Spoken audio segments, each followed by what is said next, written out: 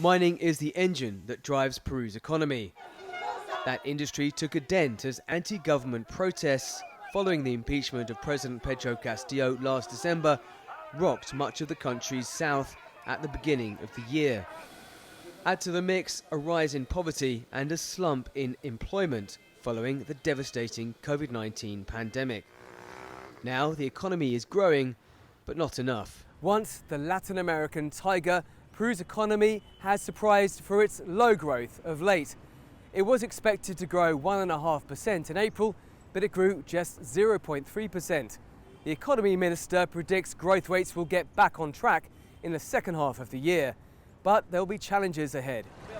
Torrential rains and flooding in the country's north, caused by an unusual cyclone called Yaku earlier this year, also dampened economic growth.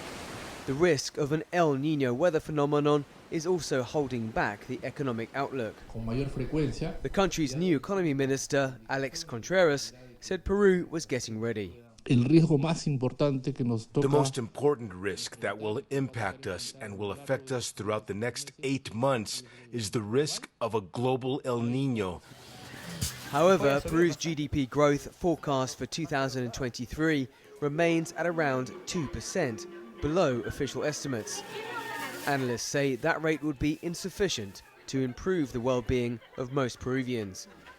Poverty due to global inflation and unemployment grew nearly 2% in a year from 2021 to 2022, when it reached 27.5%.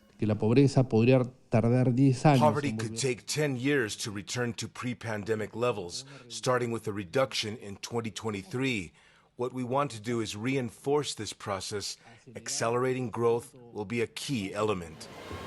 3 decades of sustained GDP growth helped Peru achieve one of Latin America's greatest reductions in poverty, slashing it from 60% in 1990 to 20% in 2019.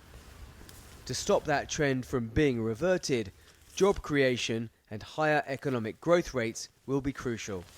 Dan Collins, CGTN, Lima.